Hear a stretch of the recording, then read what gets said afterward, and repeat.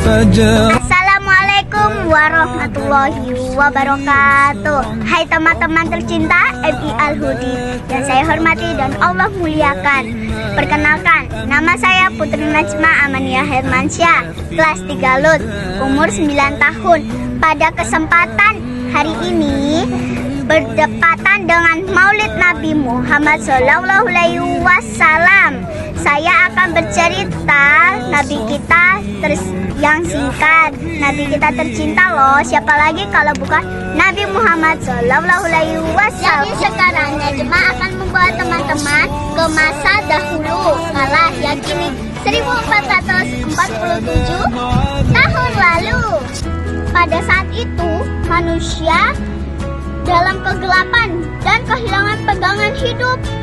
Dan pada masa itulah ada satu masa yang diberi nama dengan masa periode tahun gajah, yaitu suatu masa yang terjadi penyerangan kota Makkah oleh tentara bergajah di bawah pemimpin Abraha Habasyah yang bermaksud menghancurkan Ka'bah tersebut dengan mengirim.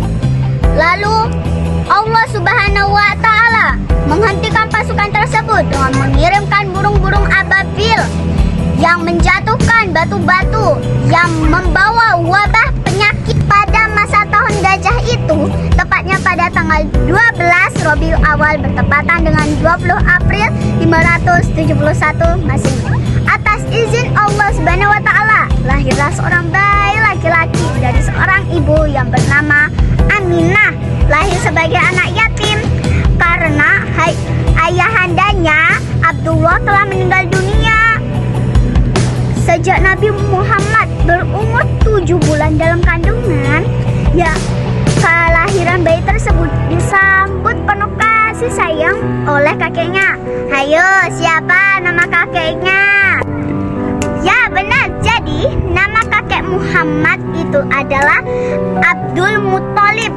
Bayi tersebut dibawa ke kaki Ka'bah dan di tempat inilah Nabi Muhammad. Bayi laki-laki tersebut diberi nama Nabi Muhammad. Ya benar, bayi laki-laki tersebut adalah Nabi Muhammad SAW, suri teladan yang membawa perubahan sangat besar bagi sejarah peradaban dunia. Lanjut ya teman-teman, lahir sebagai yatim, Nabi Muhammad dibesarkan oleh ibu Aminah hingga pada usia 6 tahun ibunya sakit dan meninggal dunia di Al-Abah. Kemudian Nabi Muhammad diasuh dan dibesarkan oleh Ummum Aminah dan dibayinya oleh kakeknya Abdul Muthalib. Namun umur kakeknya pun hanya sebentar. Pada usia 8 tahun, kakeknya Abdul Muthalib meninggal dunia. Selanjutnya, Nabi Muhammad SAW diasuh, tumbuh dan berkembang bersama pamannya Abdul Thalib.